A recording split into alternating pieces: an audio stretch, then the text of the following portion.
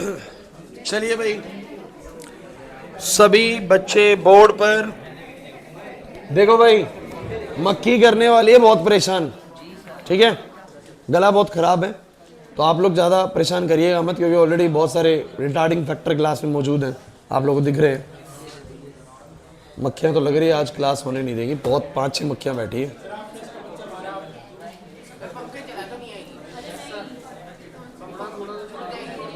ये मक्खी मूवी की तरह मेरे को बर्बाद ना कर दे हैं? चलो सुनो भाई, लड़कों, देखिए इस चैप्टर की शुरुआत हुई थी एक बात से कि आप लोगों को पता होना चाहिए कि अगर दो बल्ब की कलर सेम है और इंटेंसिटी अलग है, 60 वोट 100 वोट, कलर सेम है, तो कलर सेम होने का इंडिकेशन है कि फोटॉन्स की एनर्जी भी सेम होगी। बिकॉज फोटोन की एनर्जी बोलो क्या होती है, एच न्यू, और फ्रीक्वेंसी पे तो कलर डिपेंड, मतलब कलर जो होगा वो फ्रीक्वेंसी और वेवलेंथ के साथ ही चलता है। तो अगर कलर सेम है तो ऑब्वियस सी बात है एच न्यू भी क्या होगा, सेम, मतलब फोटॉन्स की एनर्जी बोलो क्या होगी, सेम। लेकिन क्योंकि इसके पास 100 वॉट है और 60 वॉट है तो ज्यादा ब्राइटनेस दे रहा होगा, तो मतलब फर्क सिर्फ इतना सा होगा, फोटॉन्स की एनर्जी तो दोनों के पास सेम है, हर फोटोन की एनर्जी सेम है, लेकिन इसके पास फोटॉन्स ज्यादा होंगे, इसके पास फोटोन क्या होंगे, कम। बताया था मैंने। फिर मैंने बोला था कि अगर कलर बदल दूं तो कलर बदलने से फोटॉन्स की एनर्जी बदल जाती है, क्लियर है कि नहीं? लेकिन दोनों की क्योंकि इंटेंसिटी सेम है और इसके फोटोन की एनर्जी ज्यादा है, तो ऑब्वियसली बात इसके फोटोन कम होंगे, इसके फोटोन ज्यादा होंगे। ये सब समझा चुका हूं, अब तो बस मैं वैसे बता रहा हूं, बस पूरा एक बार क्लास में करवाया था, फिर रिवीजन क्लास में करवाया था, अब दोबारा से उसको मेरे को लगता नहीं कि मुझे वही चीज़ एक्सप्लेन करनी चाहिए, आप लोगों को आनी चाहिए थी अब तक ही। अभी भी नहीं आती तो फिर आप अपने एंड पे फॉल्ट पे हैं किसी वजह से कि पढ़ नहीं रहे हैं आप लोग।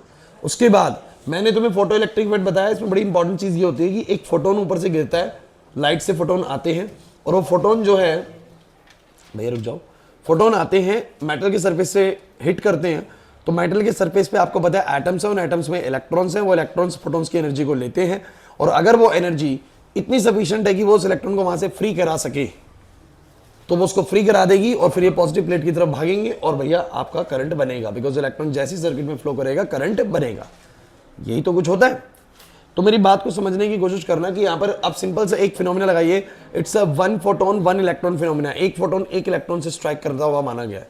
तो अगर इसकी एनर्जी 7 जूल है, वर्क फंक्शन 2 जूल का, आप जानते हैं वर्क फंक्शन क्या होता है, the minimum amount of energy required to remove the loosely bound electron. Work function just determine the minimum amount of energy to remove the electron. But अगर हमारे electrons निकल रहे हैं तो जरूरी नहीं कि हर बार मिनिमम एनर्जी लगी, उससे ज्यादा भी लग सकती है, बट वाईफाई आपको बताता है कि सबसे कम कितनी लगेगी, तो सबसे कम तो 2 लगेगी। तो मेरे इलेक्ट्रॉन सबसे तेज जब निकलेंगे तो कितनी एनर्जी वाले निकलेंगे, 5 वाले, क्योंकि सबसे कम एनर्जी यहाँ पर 2 खर्च होनी है। तो आपको बताया गया था कि E बराबर क्या होता है, 5 प्लस में क्या की, E होता है एच न्यू, 5 होता है एच न्यू नोट, और ये होता है हाफ एम वी स्क्वायर। आपको समझाया जा चुका है, म्यू होता है सी बाय लैम्डा, ये होता है सी बाय लैम्डा नोट। ये सब काम करवाया जा चुका है कि नहीं करवाया जा चुका, समझ आता है आप लोगों को ये सब? उसके बाद मैंने आप लोगों को ग्राफ्स बनवाए थे, ग्राफ्स भी आप लोगों को क्लियर थे कि नहीं? पहली बात तो आपको बताया गया था कि सारे इलेक्ट्रॉन सेम काइनेटिक एनर्जी वाले नहीं होते, किसी की काइनेटिक एनर्जी ज्यादा, किसी की बोलो कम, लेकिन किसी की सबसे ज्यादा होती है। वो सबसे ज्यादा तब होती है जब हमारे ई में से कितना खर्च होता है, बोलो ई में से जब 5 खर्च होता है, तब बोलते हैं कि जो काइनेटिक एनर्जी बचेगी वो कौन सी बचेगी, बोलो मैक्सिमम वाली बचेगी। और इस ग्राफ का मतलब आपको सबको समझ में आता होगा कि जब कलेक्टर प्लेट पे 0 वोल्ट का पोटेंशियल होता है तब कुछ करंट बनेगा, थोड़ा सा पॉजिटिव बढ़ाऊंगा यहाँ पर मैं, तो मेरे कुछ इलेक्ट्रॉन जिनके कुछ भी एनर्जी नहीं है वो भी आ जाएंगे, तो थोड़ा करंट बढ़ेगा, बाद में सैचुरेट हो जाएगा, और जितना मैं माइनस में करता चलूंगा पोटेंशियल को, उतना ज्यादा करंट क्या होता जाएगा, कम होता जाएगा, बिकॉज जितनी नेगेटिव पोटेंशियल यहाँ पर लगाऊंगा वो इलेक्ट्रॉन्स को फ्लो करने से रोकेगी, तो एक सर्टेन पोटेंशियल पे आके सारे इलेक्ट्रॉन्स रुक जाएंगे और करंट कितना हो जाएगा, 0, जिसको हम बोलो क्या बोलते हैं, स्टॉपिंग पोटेंशियल। स्टॉपिंग पोटेंशियल आपको अंदाजा देती है सबसे तेज चलने वाले इलेक्ट्रॉन की काइनेटिक एनर्जी के बारे में, क्योंकि अगर स्टॉपिंग पोटेंशियल V नॉट है तो उसने इलेक्ट्रॉन, सबसे तेज चलने वाले इलेक्ट्रॉन पे कितना काम करा होगा, EV नॉट, कितना बोला? तो सबसे तेज चलने वाले इलेक्ट्रॉन की काइनेटिक एनर्जी बोलो कितनी होती है, बोलो EV नॉट, कितनी होती है बोलो? तो स्टॉपिंग पोटेंशियल हमें अंदाजा देती है कि सबसे तेज चलने वाला इलेक्ट्रॉन कितनी काइनेटिक एनर्जी कैरी कर रहा था। अगर V नॉट के पोटेंशियल से रुक गया तो हमें पता है कि V पोटेंशियल किसी भी Q चार्ज पे कितना काम करता है, बोलो QV। तो V नॉट पोटेंशियल ने कितना करा होगा, बोलो QV नॉट, और Q आपको पता है इलेक्ट्रॉन का बोलो कितना होता है, E होता है। तो एक्चुअली में इलेक्ट्रॉन को रोकने के लिए कितना काम करना पड़ा, EV नॉट। इसका मतलब उसका सबसे तेज काइनेटिक एनर्जी EV नॉट का ही है। सब समझाया है लास्ट क्लास में तसल्ली से, अब तो बस मैं वैसे ही बोल रहा हूँ कि आप लोगों को बस हल्का सा दोबारा टच दिख जाए चैप्टर का, फिर ये ग्राफ आपको समझ में आता होगा ये क्या सीन है भाई। जैसे ही तुम्हें स्टॉपिंग पोटेंशियल अलग दिखे ना, समझ जाना कि स्टॉपिंग पोटेंशियल्स अलग अलग दिख रहे हैं, इसका मतलब इलेक्ट्रॉन्स की काइनेटिक एनर्जी बढ़ रही होगी।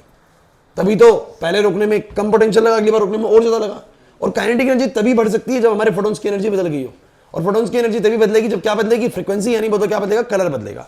तो अगर कलर आपने चेंज कर दिया ना तो फोटॉन्स का एनर्जी बदलेगा, जिसके कारण काइनेटिक एनर्जी भी चेंज होगा, और काइनेटिक एनर्जी चेंज होगा तो ऑब्वियसली बात है स्टॉपिंग पोटेंशियल भी ज्यादा रिक्वायर्ड होगा। बात समझ में आ रही है कि नहीं बात? लेकिन अगर कलर सेम रखते हैं आप लोग, इंटेंसिटी बदलते रहते हैं, बस कलर सेम रखते हो, 40 vote red, 60 vote red, 100 vote red, तो कलर सेम रखने से मेरा फोटोन का एनर्जी बोलो क्या रहेगा, सेम। हाँ, नंबर्स बदल जाएंगे, 40 वोट में कम फोटोन्स होंगे, 60 वोट में ज्यादा, और 100 वोट में और ज्यादा होंगे, लेकिन फोटोन का एनर्जी तो कितना रहेगा, सेम रहेगा। तो मान लो 7 जूल का फोटोन है तो 7 जूल का ही रहेगा, इसमें भी, इसमें भी, इसमें भी, क्योंकि कलर सेम है। तो हर बार सबसे तेज चलने वाला इलेक्ट्रॉन कितनी काइनेटिक एनर्जी का होगा, 5 का। तो रोकने के लिए स्टॉपिंग पोटेंशियल तीनों केस में कितने का चाहिए होगा, 5 का ही चाहिए होगा, -5 का, मतलब मान के चल सकते हैं। लेकिन करंट सब में सेम नहीं बनेगा। जैसे 100 वॉट की रेड लाइट है ना, उसमें ज्यादा फोटोन्स है, और ज्यादा फोटोन्स है तो ज्यादा इलेक्ट्रॉन्स निकलेंगे, ज्यादा करंट बनेगा। क्या मेरी बात से सब सहमत हो पा रहे हो? तो सब पढ़ाया गया बच्चों, लास्ट क्लास बहुत तसल्ली से सारे ग्राफ्स आपको समझाए गए, तो देख के आइडिया लग जाता है कि जब स्टॉपिंग पोटेंशियल सेम है, इसका मतलब फोटॉन्स की एनर्जी सेम ही चल रही होगी सर, इसीलिए सबको एक ही जगह पे रोक दिया गया, मतलब एक ही पोटेंशियल से रोक दिया गया। क्लियर हुआ कि नहीं हुआ? तो ये आना चाहिए बच्चों, ये मतलब एक बार समझा दिया, 2 बार समझा दिया, अब आपका टाइम था कि आप लोगों को खुद घर पे बैठ के इसके ऊपर टाइम देना चाहिए था। और ये थोड़ा सा अब हैबिट बना लो। देखो अभी रिवीजन शुरू हुई है, आप लोग अगर अभी भी अपनी उलझनों में फंसे पड़े हो, मुझे नहीं पता कि क्या उलझने हैं भैया, आप लोग कहाँ अपना टाइम रूटीन बिताते हैं, लेकिन अगर अभी भी आप उलझे हुए हैं ना, तो भैया फिर नहीं आपके नंबर अच्छे आएंगे, आप मुझसे लिख के ले लीजिए, किसी भी तरीके से नंबर अच्छे नहीं आएंगे। अब एक लास्ट मौका है तुम सबके पास, ये लास्ट मौका होता है रिवीजन का, इसके बाद पछताने के अलावा कुछ नहीं बचेगा। उसके बाद नहीं होगा सिलेबस दोबारा से, ना ही चीज़ें अच्छी हो पाएंगी, कितनी ही कोशिश कर लेना, लास्ट में सोचो 5 दिन 7 दिन 10 दिन पढ़ लेंगे, कुछ हो जाएगा, कोई ऐसा चमत्कार नहीं होगा। 12th का सिलेबस है, 10th का नहीं है, ध्यान रखना, 10th का हो जाता था, 12th का नहीं होगा। अच्छी खासी चीज़ें हैं यहाँ पर, तो आपको मेहनत अब रेगुलर बेसिस पे करनी है। मैं आपको पूरा सिलेबस करवाऊंगा टिल द एग्जाम डेट तक, जब भी चलेगा वहाँ तक सारा सिलेबस होगा। करने के लिए बच्चों कभी लिमिट खत्म नहीं होगी। तुम ये सोचो ना कि ड्यूरिंग एग्जाम से पहले तक कोई ऐसी डेट आ जाएगी जिसमें मैं बोलूँगा बच्चों अब सब खत्म हो गया, अब मेरे को कुछ कराने की जरूरत नहीं है, ऐसा कभी होगा ही नहीं। क्योंकि कितना भी मैं तुम्हें पढ़ा लूँ, कितना भी तुम्हें पढ़ा लूँ, कुछ ना कुछ हमेशा ऐसा रहेगा जो अभी भी कर सकते हैं। करा लिया सब कुछ, नोट्स हो गए, MTG हो गया, क्या हो जाएगा फिर, सैम्पल पेपर कर लेते हैं बच्चों, है ना। हमारे पास कभी ऐसा कुछ नहीं हो सकता कि पढ़ाई का तो कोई लिमिट ही नहीं है, कितना ही कर लो किसी चैप्टर से। तो आप लोग एटलीस्ट जितना रिवीजन वाला चल रहा है ना, ये सब कुछ अच्छे से करके रखिए, लास्ट तक हम अपनी तरफ से मैक्सिमम एक्सटेंड तक करके जाएंगे, जितना हम हद से हद कर सकते थे पेपर की डेट से पहले तक। समझ रहे हैं बात को? तो उतने तक का करूंगा मैं यहाँ पर आपके साथ। तो आप लोगों को बस लेकिन साथ के साथ प्रोसेस करते हुए चलना है कि हाँ हम भी साथ के साथ कर रहे हैं। आपने सेमी करा दिया, हमने सेमी कंडक्टर कर लिया, हमने टेस्ट दे दिया, टेस्ट ठीक गया, जैसा भी गया स्कोर देख लेंगे, ठीक है, उसको सुधारेंगे। जो हमारे नंबर कटे होंगे, 20 में से 15 आए हैं, 14 आए हैं, 12 आए हैं, 18 आए, 2 नंबर कहाँ कटे, 3 नंबर कहाँ कटे, उस पर काम कर लेंगे, हो गया। सेम अब ड्यूअल के लिए करेंगे, ड्यूअल चैप्टर करा दिया भाई, हमने घर पे कर लिया, अब MTG करेंगे। तो जो जो क्लास में हो रहा है डेली बेसिस पे आप लोग घर पे करते रहिए, हो जाएगा। कहाँ मुश्किल लगेगा, कुछ भी नहीं लगेगा, बर्डन भी इकट्ठा नहीं होगा डेली करोगे तो ये दोनों चीजें आप लोगों को समझ में आ जाती है। इसके बाद मैंने अब ये मैं बहुत इंपॉर्टेंट मानता हूँ, ये वाला पार्ट जो है, ये वाला पार्ट CBSE भाई बहुत ज्यादा फेवरेट मानती है अपने लिए, बहुत ज्यादा देती है। E=5 में के ई आपको पता है h nu, 5 आपको पता है h nu नॉट, और मैक्सिमम काइनेटिक एनर्जी जो होता है वो होता है EV नॉट। क्या होता है बोलो? That the maximum kinetic energy of the electron is measured by the stopping potential ना, जितना ज्यादा स्टॉपिंग पोटेंशियल उतना ज्यादा उसका काइनेटिक एनर्जी होगा। बोलो एग्री करते हो नहीं करते? सो EV नॉट होता है। और मैंने यहाँ से इक्वेशन बना लिया था कुछ ऐसा, और मैंने आपको बोला था ये आपको ग्राफ बनाने को बोलता है स्टॉपिंग पोटेंशियल और फ्रीक्वेंसी के बीच का। क्या तुम समझ पाते हो इस ग्राफ का सेंस क्या है? भाई इस ग्राफ का सेंस ये कि जब तक मेरी लाइट की फ्रीक्वेंसी म्यू नॉट के बराबर नहीं होगी, यानी किसके बराबर नहीं होगी, थ्रेशोल्ड के बराबर, यानी उससे कम जब तक रहेगी तब तक तो इलेक्ट्रॉन निकलेगा ही नहीं। और जब तक इलेक्ट्रॉन निकलेगा नहीं तो स्टॉपिंग पोटेंशियल कितना चाहिए बोलो? 0। तो 0 ही रहा। लेकिन जैसे ही मेरी फ्रीक्वेंसी थ्रेशोल्ड से ज्यादा हुई, अब मेरे इलेक्ट्रॉन्स इजेक्ट आउट हो जाएंगे और मेरे को कुछ ना कुछ स्टॉपिंग पोटेंशियल चाहिए होगा। और जितनी ज्यादा फ्रीक्वेंसी वाली लाइट को गिराऊंगा उतनी ज्यादा फोटॉन्स की एनर्जी होगी और उतने ज्यादा तेज काइनेटिक एनर्जी वाले इलेक्ट्रॉन निकलेंगे और उतना ज्यादा स्टॉपिंग पोटेंशियल चाहिए होगा। कॉन्सिक्वेंटली समझ लो सारी चीज। और फ्रीक्वेंसी बढ़ा दूंगा, फोटोन का एनर्जी और बढ़ जाएगा। तो फोटोन का एनर्जी बढ़ने का एक सीधा सा खेल होता है, काइनेटिक एनर्जी बढ़ेगी। क्या बढ़ेगी बोलो? और काइनेटिक एनर्जी अगर बढ़ेगी तो ऑब्वियस सी बात है स्टॉपिंग पोटेंशियल भी बढ़ेगा। तो जितने ज्यादा फ्रीक्वेंसी वाली लाइट गिराऊंगा उसके बाद स्टॉपिंग पोटेंशियल बढ़ता ही चला गया। क्लियर हुआ कि नहीं हुआ? सेम ग्राफ बनता है हम लोगों का काइनेटिक एनर्जी के साथ। लेकिन एक बात मैं आपको बता दूं, इस ग्राफ समझ में आ गया आप लोगों को? यहां तक 0 क्यों है समझ में आ गया और यहां के बाद क्यों उठा समझ में आ गया आप लोगों को? लेकिन वो पूछता है इस ग्राफ का स्लोप क्या है। स्लोप बताता है कि ऐसा स्लोप है, ऐसा स्लोप है, ये कम स्लोप है, ये ज्यादा स्लोप, ज्यादा स्लोप, ज्यादा स्लोप, ऐसे करके स्लोप बढ़ रहा है। तो इसका स्लोप क्या है? तो भैया ये V0 है, ये फ्रीक्वेंसी एक्सिस है, तो ये Y पे है, ये X पे है। इन दोनों का एक रिलेशन बताओ, आप लोगों को दिख रहा है ये y पे है, मतलब ये चीज y पे है, देखो रिलेशन ये रहा, ये y है और ये x है। तो मैंने बोला था y is equal to mx plus c type create करने की कोशिश करो, 50 बार सिखा चुका हूं ये चीज में। तो आपको इसको अलग करना है, ई वी नॉट बराबर में आएगा h nu minus h nu not, we not हो जाएगा h by e mu minus में h mu not by e. तो भैया ये y है, ये x है, तो बगल में जो बैठा होता है वो क्या होता है, स्लोप। तो इस ग्राफ का स्लोप बोलो कितना है आएगा भाई, और ये जो इसका y इंटरसेप्ट है वो है माइनस का H mu not by E, minus का एच म्यू नॉट बाई ई को जिसको तुम माइनस का फाइव बाई ई भी बोल सकते हो, माइनस का five by H mu not five होता है। तो y इंटरसेप्ट का मतलब होता है अगर मैं इस लाइन को सीधा खींच दूं तो ये कहां कटेगी, तो माइनस के एच म्यू नॉट बाई ई पे कटेगी, माइनस के फाइव बाई ई पे कटेगी, बस ये पता होना चाहिए, कटेगी वहां पर।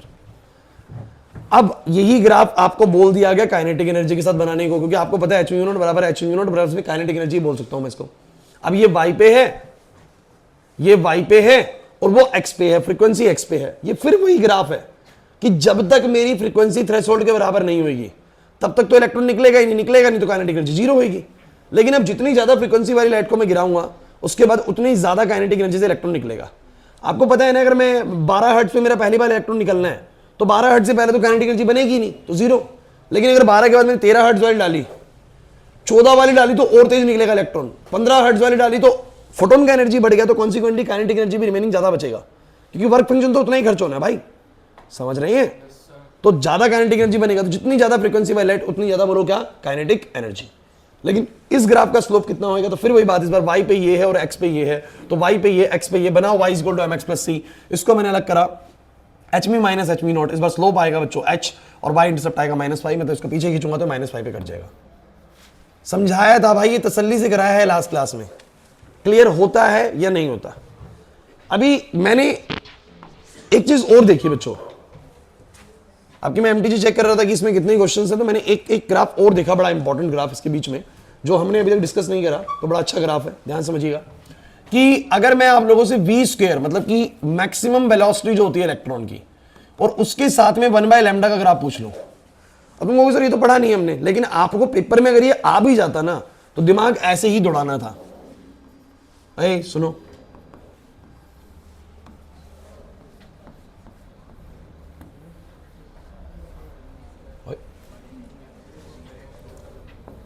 एक तरफ 1/λ, एक तरफ वेलोसिटी मैक्सिमम का स्क्वायर। आप देखिए कि इनके बीच का कोई रिलेशन पढ़ा है हमने, बिल्कुल पढ़ा है सर। आप लोग जानते हो कि E बराबर क्या होता है, बोलो 5 प्लस में मैक्सिमम काइनेटिक एनर्जी। आपको पता है फॉर्मूले में मैक्सिमम क्यों लिखता हूं, बिकॉज जब E में से 5 घटता है तब मैक्सिमम ही बचता है। अब तुम मुझे बताओ ये क्या होता है, बोलो एच न्यू, ये क्या होता है बोलो एच न्यू नॉट, और ये क्या होता है बोलो, और ये मैक्सिमम वाला है कि नहीं, तो मिल गया वी मैक्स स्क्वायर, मिल गया वी मैक्स स्क्वायर। और सुनो 1/λ चाहिए तो ये hc/λ,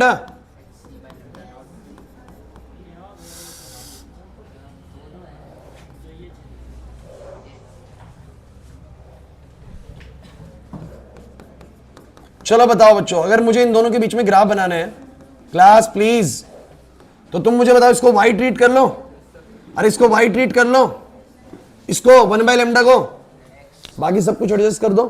तो मैं अगर इसको y मानूंगा तो मैं कैसे बनाऊंगा, मैं बोलूंगा बच्चों half m v max square, बहुत अच्छा ग्राफ है बच्चों, और बराबर में आएगा hc/λ माइनस का hc बाय, मुझे आपको पता है y जिस एक्सिस में मैंने लिया उसको अलग करना पड़ेगा और सब कुछ y equal to mx plus C जैसा बनाना पड़ेगा। तो मैं अगर इसको अलग करना चाहता हूं, इससे सारा सामान उधर भेज दो, तो बोलो क्या आएगा, v में x का स्क्वायर क्या आएगा, उधर जाएगा 2/m, क्या जाएगा, तो 2 इससे भी मल्टीप्लाई होगा, m भी आएगा, तो 2hc बाय में बोलो क्या आएगा mλ, यहां भी आएगा 2hc बाय में mλ नॉट। अब इस हिसाब से मुझे बताओ ये कौन है, y, और ये 1/λ, कह रहे 1 तो है नहीं, ऐसा तो नहीं बोलोगे ना, है ना, तो ये 1/λ बोलो क्या है, x है। अब स्लोप कितना हो गया, बहुत अच्छे 2hc/m, बढ़िया ग्राफ है ना।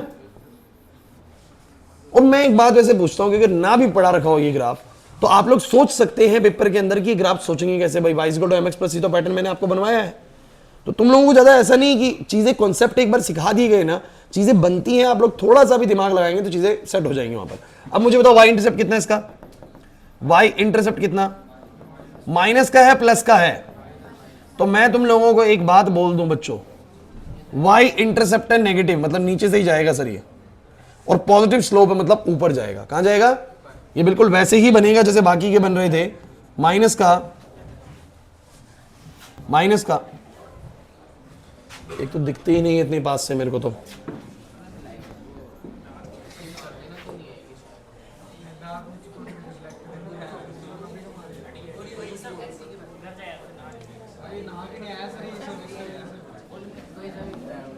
ओए चलो चलो यार, प्लीज बातें करने से मना करा था बस आप लोगों को। तो ये ऐसे जाएगा और इसके बाद विद द स्लोप ऑफ, कह रहे समझ नहीं आया सर? ये मैं आपको बता दूं फिर से मैं आपको एक बात क्लियर कर देता हूं बच्चों। ये ग्राफ आप शुरू में भी ऐसे ही बनाएंगे। इसका मतलब वही है कि शुरुआत में कोई फोटो इलेक्ट्रिक एमिशन नहीं होता, और जब तक फोटो इलेक्ट्रिक एमिशन नहीं होगा तब तक आपकी वी मैक्स भी 0 होगी। लेकिन उसके बाद जैसे ही फोटो इलेक्ट्रिक एमिशन होगा वी मैक्स क्या होता जाएगा? बढ़ता जाएगा। क्योंकि सर 1/λ, अरे बच्चों 1/λ ना प्रोपोर्शनल है फ्रीक्वेंसी के। कैसे? फ्रीक्वेंसी c/λ ही तो होता है। तो 1/λ जो है एक तरीके से प्रोपोर्शनल है फ्रीक्वेंसी के। अगर 1/λ बढ़ रहा है, दिमाग अच्छा रखना, 1/λ बढ़ रहा है, 1/λ तो क्या बढ़ रही है? फ्रीक्वेंसी बढ़ रही है। तो एक सर्टेन फ्रीक्वेंसी ऐसी आएगी ना, एक ये रही। अगर मैं ये बोलूं बच्चों कि 1/λ बढ़ रहा है, अरे भाई ध्यान से सुनो, 1/λ बढ़ रहा है तो फ्रीक्वेंसी भी तो बढ़ रही है ना। तो जैसे से इधर आ रहा हूं क्या बढ़ रही है? फ्रीक्वेंसी। तो एक सर्टेन फ्रीक्वेंसी तक एमिशन नहीं होता, उसके बाद एमिशन स्टार्ट हो जाता है। तो वही तो ग्राफ बन गया कि नहीं बन गया? तो एक सर्टेन फ्रीक्वेंसी तक आप लोगों को कोई एमिशन नहीं हुआ तो वी मैक्स 0 था, उसके बाद एमिशन स्टार्ट हो गया। बताओ कैसे? कोई दिक्कत लग रहा है तुम लोगों को? अभी तीनों ग्राफ, कौन कौन से तीनों graph? V max square 1/λ, V max square 1/λ, kinetic energy mu, और स्टॉपिंग पोटेंशियल और म्यू। अब मुझे बताओ जरा, इन सब के बीच में ग्राफ का स्लोप, वाई इंटरसेप्ट, कैसा ग्राफ बनेगा? क्या बना पाओगे? अब मेरे से फोटो इलेक्ट्रिक एमिशन की बातें सारी हुई, कोई एक आध बात बची होगी तो वो हमें क्वेश्चंस के फॉर्मेट में मिल जाएगी, वहां पर डील करते हैं इसको। तो देखते हैं कि अब तक आज तक इसके ऊपर कैसे क्वेश्चंस पूछे गए उनसे प्रीवियस ईयर्स में, करके देखें शुरू। चलो शुरू करते हैं इसको। भाई बहुत, मैं मानता हूं ड्यूअल नेचर बहुत हाई वेटेज वाला चैप्टर है, 5 नंबर देता है आप लोगों को सिर्फ 2 टॉपिक्स की वजह से। तो अच्छे से करना। जितना इंपॉर्टेंट सेमीकंडक्टर है ना, क्योंकि मैं इन 2 चैप्टर को पहले क्यों करा रहा हूं, आप खुद देख लीजिए चैप्टर्स में टॉपिक कितने हैं। सेमी में कितने टॉपिक थे? गिने चुने टॉपिक। इसमें भी गिने चुने टॉपिक, और कितने नंबर देंगे? 12 नंबर। इसलिए सबसे पहले चूज करता हूं रिवीजन के अंदर कि आप लोग अपने 12 नंबर मजबूत कर लीजिए थोड़ी सी मेहनत से ही। अभी मैं तुम्हें इलेक्ट्रोस्टैट करा रहा होता ना, सिर्फ इलेक्ट्रोस्टैट ही चल रहा होता, 4 नंबर भी नहीं मिलते अभी तक, इसलिए नहीं करते वहां से रिवीजन शुरू। ठीक है, तो अपनी तैयारी मजबूत करो। मक्खी कुछ और पढ़ाना चाहती है आज।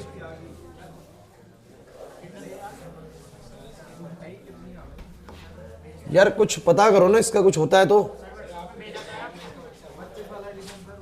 नहीं।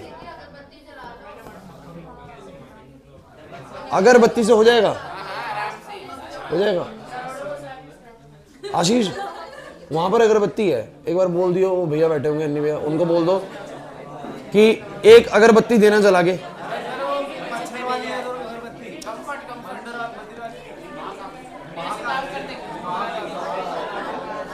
वो महाकाल के आशीर्वाद है।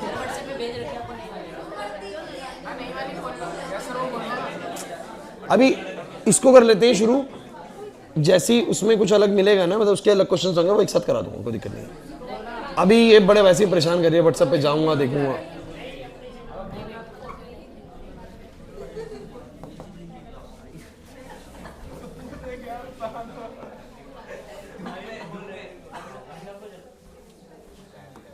अरे व्हाइट बोर्ड का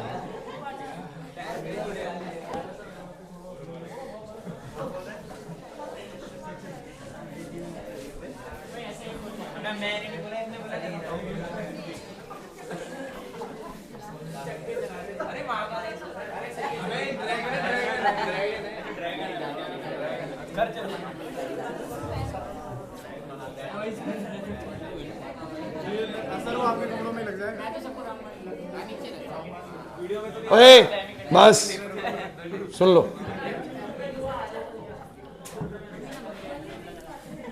क्या बोल रहा है? क्या बोल रहा है? खुशबू आती है। क्लास क्लास प्लीज भाई।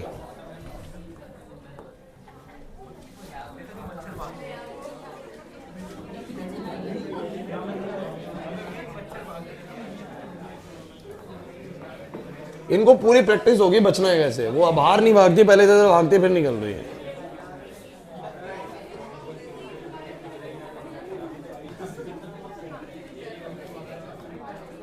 चलिए तो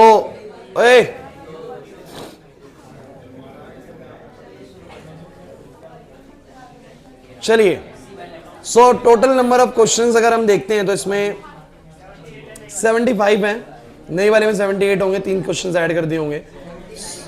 कोई नहीं, जो मुझे उसमें अलग दिखेंगे मैं क्लास की लास्ट में इस वाले को कराऊंगा। अब सुन लो क्वेश्चंस, जल्दी जल्दी आंसर करना है यार। देखो चलो जल्दी जल्दी आंसर करना है।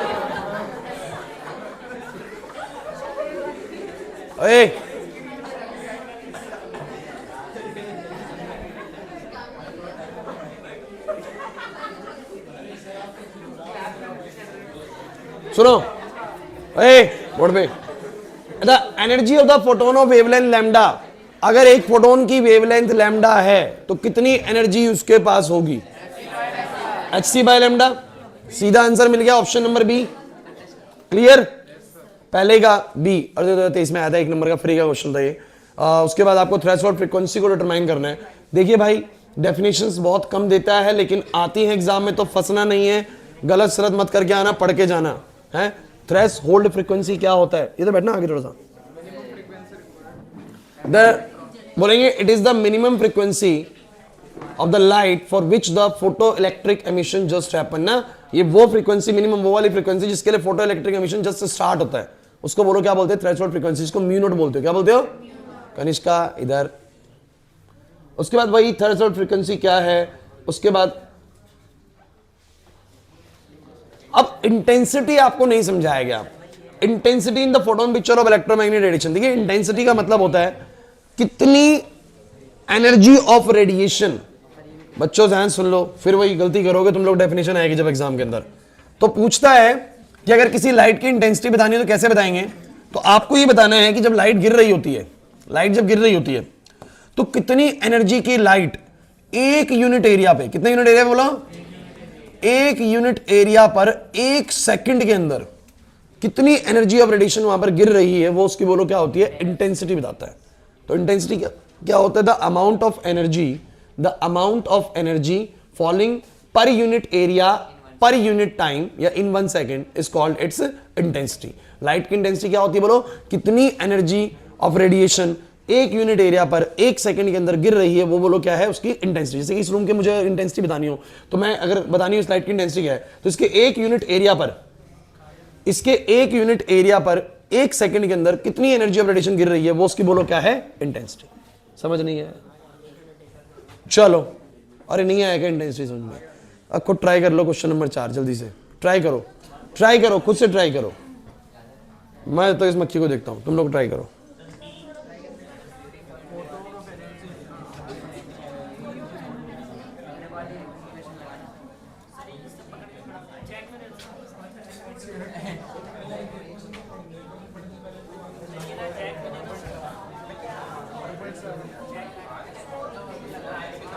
जैक में नहीं जा रहा ना।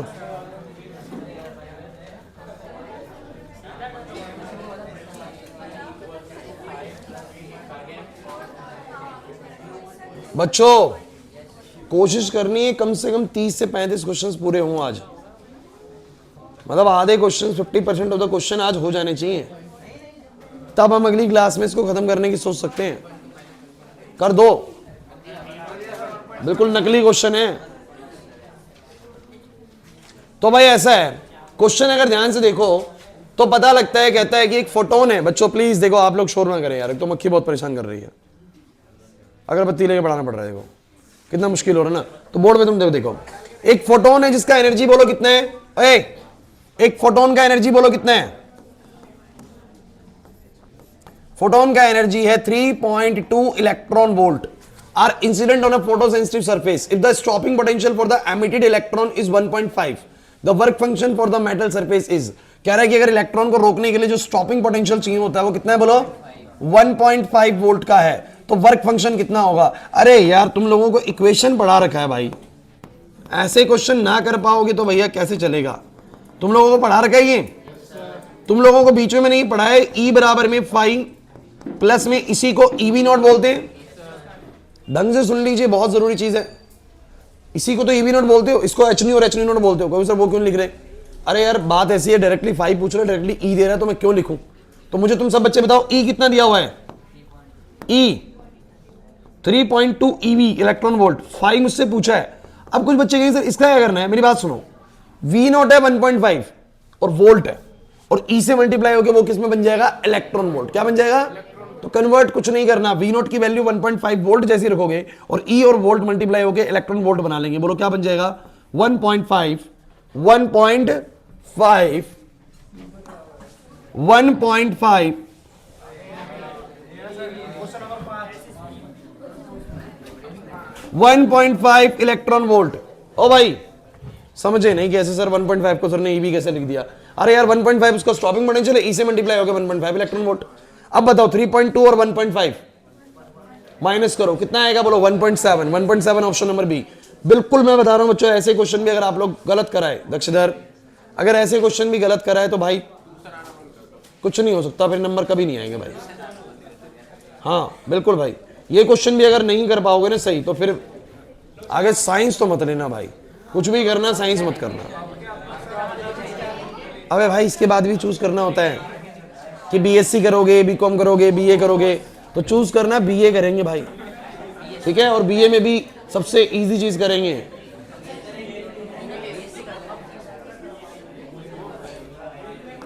चलो क्लास प्लीज, ऐसे नहीं बढ़ पाएंगे। अब क्वेश्चन आपको दिया हुआ है, अगर हम किसी रेडिएशन की फ्रीक्वेंसी को बढ़ाते हैं, हम किसी रेडिएशन की फ्रीक्वेंसी को बढ़ाते हैं, कार्तिक फ्रीक्वेंसी को बढ़ा रहे हो तो क्या बढ़ेगा? क्या फ्रीक्वेंसी बढ़ेगी? फ्रीक्वेंसी को बढ़ा रहे हो तो क्या बढ़ेगा? फोटोन का एनर्जी बढ़ेगा। फोटोन का, अरे बोलो ना, आसान सी चीज है बच्चों। और फोटोन का एनर्जी बढ़ेगा। अच्छा मुझे तुम एक बात बताओ, जब मैं फ्रीक्वेंसी को बढ़ाता हूं, मेरा एक सवाल है बड़ा जरूरी, जब मैं किसी रेडिएशन की फ्रीक्वेंसी को बढ़ाता हूं तो फोटोन का एनर्जी बढ़ता है क्या? वर्क फंक्शन में कोई असर पड़ता है क्या? वर्क फंक्शन तो वो मिनिमम एनर्जी जो लगनी है भाई, वो तो उतना ही रहेगा। आपने फोटोन की एनर्जी बढ़ा दी तो अब वर्क फंक्शन उतना ही खर्च होगा, तो अब ज्यादा काइनेटिक एनर्जी बचेगा नहीं बचेगा? अरे काइनेटिक एनर्जी कैसे बचता है? बंसिका कैसे बचता है? सर एनर्जी गिरती है, वर्क फंक्शन खर्च होता है, बाकी जो बच जाता है वो काइनेटिक एनर्जी होती है। अब तुमने फ्रीक्वेंसी बढ़ा दी, अगर लाइट की तुमने फ्रीक्वेंसी बढ़ा दी तो फोटोन की एनर्जी बढ़ गई, फोटोन की। अब इससे क्या होगा? वर्क फंक्शन उतना ही खर्च होना है, तो काइनेटिक एनर्जी ज्यादा हो जाएगी। अब ज्यादा काइनेटिक एनर्जी हो जाएगी तो सवाल क्या है? कह रहा है स्टॉपिंग पोटेंशियल कैसे चेंज होगा? अगर काइनेटिक एनर्जी बढ़ जाएगी तो स्टॉपिंग पोटेंशियल बढ़ जाएगा। तो मैं वैसे ही बताऊं चाहिए, अगर कलर चेंज होगा तो ऑब्वियसली बात है, अगर फ्रीक्वेंसी बढ़ जाएगी तो फोटोन का एनर्जी बढ़ जाएगा, फोटोन का एनर्जी बढ़ जाएगा तो काइनेटिक एनर्जी भी बढ़ जाएगा, और काइनेटिक एनर्जी बढ़ जाएगा तो स्टॉपिंग पोटेंशियल ज्यादा चाहिए। नहीं आया समझ में? किसको नहीं आया? सबको आ गया? सबको आ गया? चलो देखो, वो डिस्टर्ब कर रही कोई नहीं, आप लोग अपना इतना कंसंट्रेशन रखो कि इसकी वजह से दिक्कत ना है। मैं भी तो कर रहा हूं ना, बल्कि मेरे को तो पढ़ाना पड़ रहा है इसके साथ साथ, तो कितना ज्यादा मुश्किल हो रहा होगा इसको, देख रहे हो कितना मुश्किल हो रहा है। लेकिन फिर भी मैं आपको बता रहा हूँ सारी चीज, तो आप लोग ध्यान दीजिए। अगली क्लास में तो भाई कुछ करना करूंगा इसका पक्का जुगाड़। कौन सा? अरे कुछ नहीं हो रहा, इससे कौन मंगाया था ये?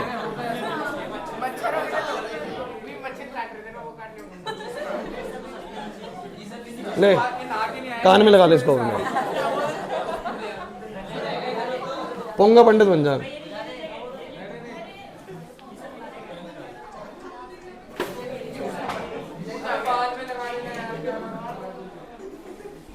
रुको अभी करता हूँ इसका जुगाड़।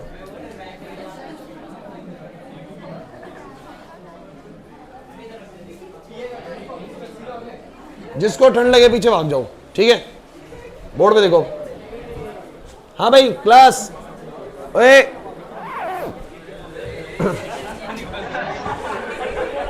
अरे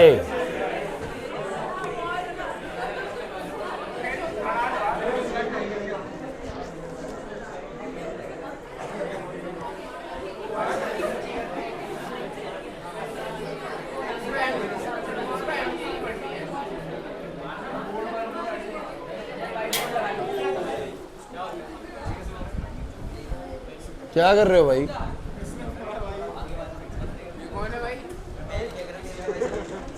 क्लास ऐसी कोई भी चीज मत फेंको, क्योंकि अगर पैनल पे लग जाएगी तो वो टूट जाएगा। समझ रहे हैं बात को? किसी आंख में लग जाएगी। ऐसी हरकत मत करो कि वो बहुत भारी चीज दिक्कत कर जाए। कैमरे में बाद में पकड़ाई जाना है, कैमरे पूरे नजर डालते हैं क्लास के ऊपर जो भी हरकत कर रहा है। तो ऐसी कोई हरकत मत करो जिससे दिक्कत आए आप लोगों को।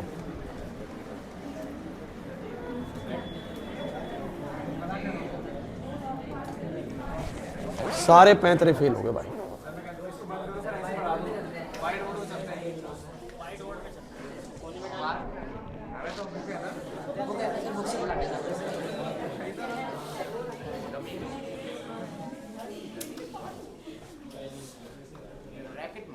रचित गेट खोल दो एक बार।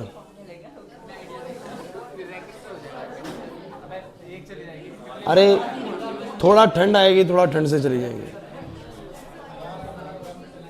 आज तो ये कुछ ज्यादा ही है, पता नहीं पूरा परिवार आ रखा है इनका।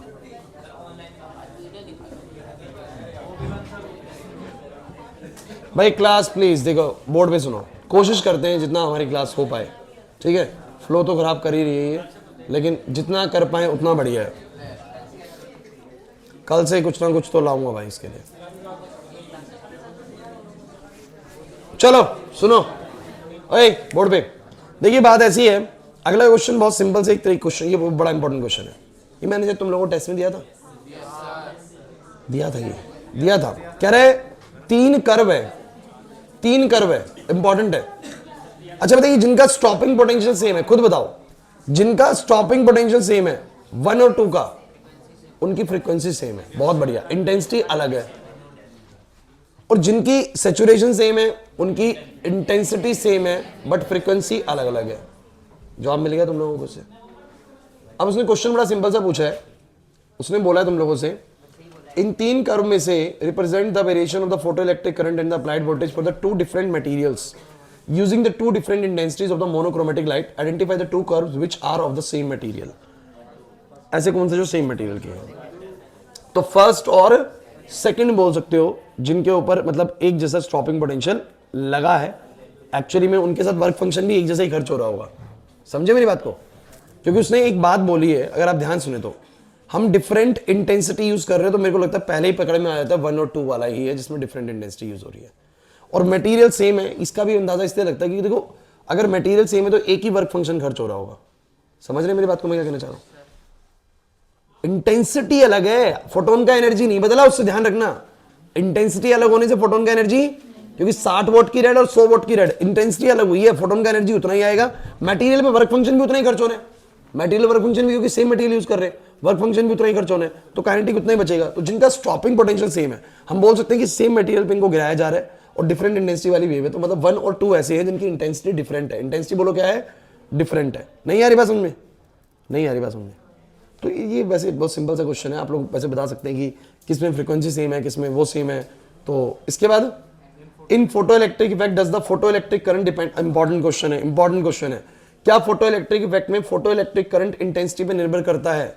इंटेंसिटी अगर आप बढ़ाओगे तो फोटोन्स बढ़ जाएंगे, और फोटोन्स बढ़ेंगे तो ज्यादा इलेक्ट्रॉन्स निकलेंगे, तो करंट भी ज्यादा बनेगा। यस, डिपेंड करता है।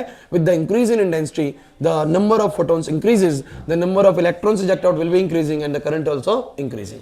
लेकिन क्या नहीं बदलता इंटेंसिटी के बढ़ने से? इंटेंसिटी के बढ़ा देने से सर फोटोन की एनर्जी नहीं बदलती, इसलिए सर काइनेटिक एनर्जी भी नहीं बदलती, इसलिए सर स्टॉपिंग पोटेंशियल भी चेंज नहीं होता। नहीं आया ना समझ में? भाई तुम्हारी इंटेंसिटी बढ़ रही है, मतलब कलर तो चेंज ही नहीं हो रहा। इंटेंसिटी तुम बढ़ा रहे हो, 60 वोट रेड से 100 वोट रेड, 150 वोट रेड कर रहे हो, लेकिन फोटोन का एनर्जी तो उतना ही है ना। तो उसका मतलब हर फोटोन का जो एनर्जी है वो भी उतना ही है, और 1 फोटोन 1 इलेक्ट्रॉन फिनोमेना होता है। तो फोटोन का एनर्जी उतना है, तो अभी भी काइनेटिक एनर्जी उतनी निकल रही होगी, तो स्टॉपिंग पोटेंशियल भी कितना चाहिए होगा? उतना ही चाहिए होगा।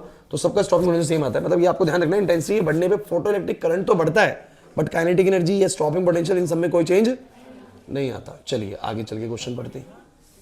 मतलब मैं बता रहा हूं, जिस बच्चे ने समझ लिया है कॉन्सेप्ट को, उसके बाद ना ये क्वेश्चंस अब वो अपने आप सोच लेगा मुझे करना क्या है इनके अंदर। चलिए आगे बढ़ते हैं। क्वेश्चन नेक्स्ट, अच्छा क्वेश्चन है। कह रहा है कि for the light of wavelength 400 nanometer incident on the cathode of the photo cell, कोई दिक्कत नहीं है, फोटो इलेक्ट्रिक इफेक्ट, सिंपल सी बात है। कह रहा है कि 400 नैनोमीटर की वेवलेंथ वाली लाइट गिर रही है। The stopping potential is 6 volt. Stopping potential बोलो कितना है 6 volt. If the wavelength of the incident light is increase to 600 nanometer what will be the new stopping potential. Question समझ में आया आप लोगों को?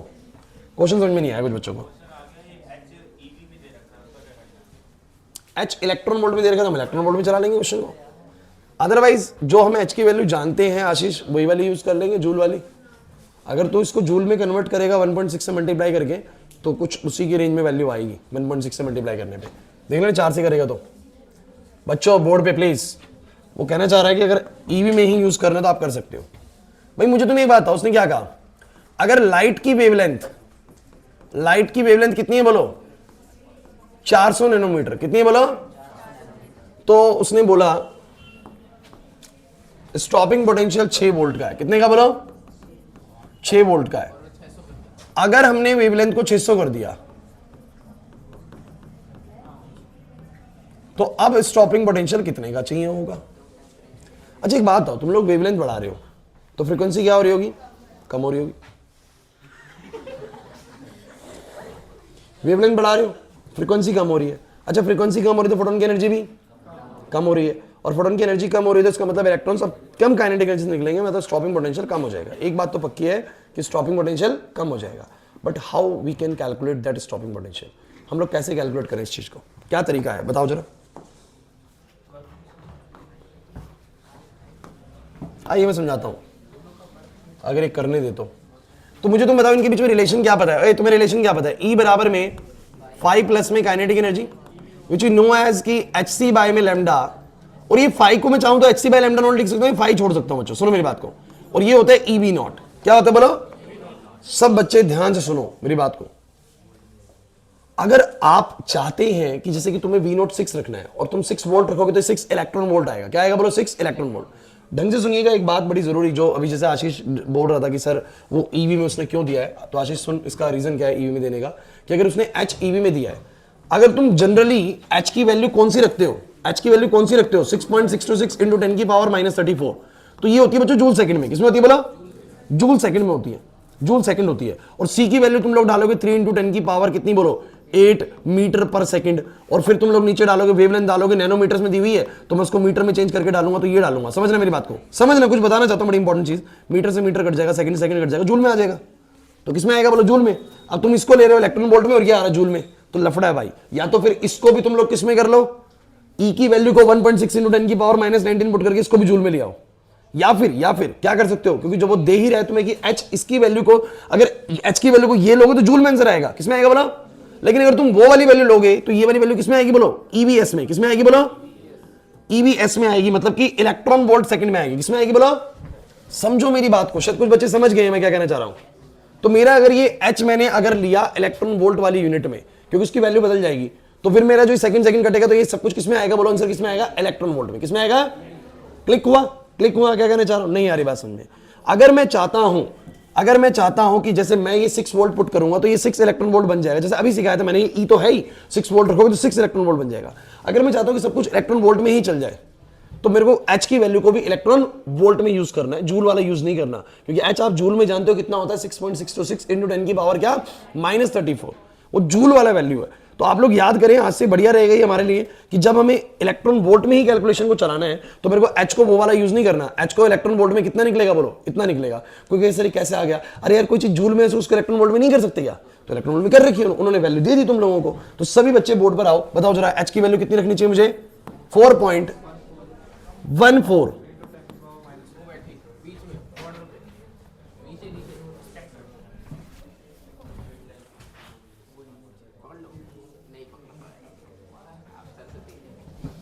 (4.14) इंटू 10 की पावर -15। बच्चों प्लीज, ये किसमें थी बोलो इलेक्ट्रॉन वोल्ट सेकंड में। किसमें बोला, इलेक्ट्रॉन वोल्ट सेकंड में।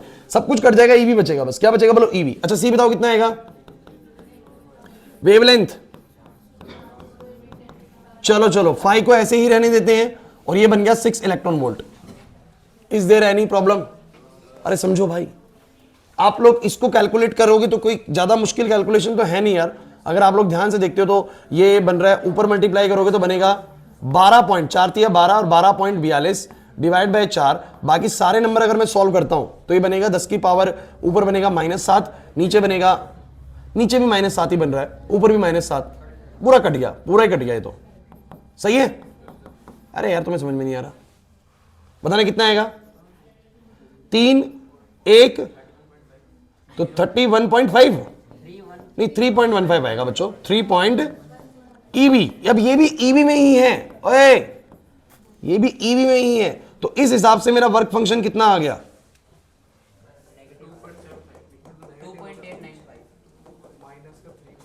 नेगेटिव में क्यों आ रहा है?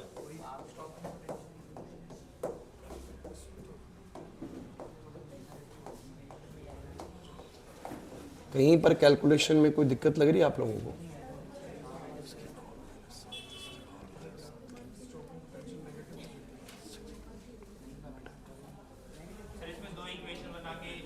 मैं एग्जैक्टली वो चीज़ मैं कर सकता हूँ कि वो तो बाद वाली चीज़ है, अगर मैं करना चाहूँ तो वो चीज़ कर सकते हैं, लेकिन वैसे फाई नेगेटिव नहीं आना चाहिए था। फाई नेगेटिव का यहाँ पर सेंस है कि एक्चुअली एमिशन होगा ही नहीं।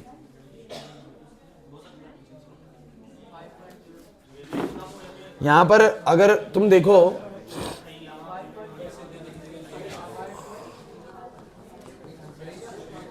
ओए बस चुप हो जाओ, चुप हो जाओ।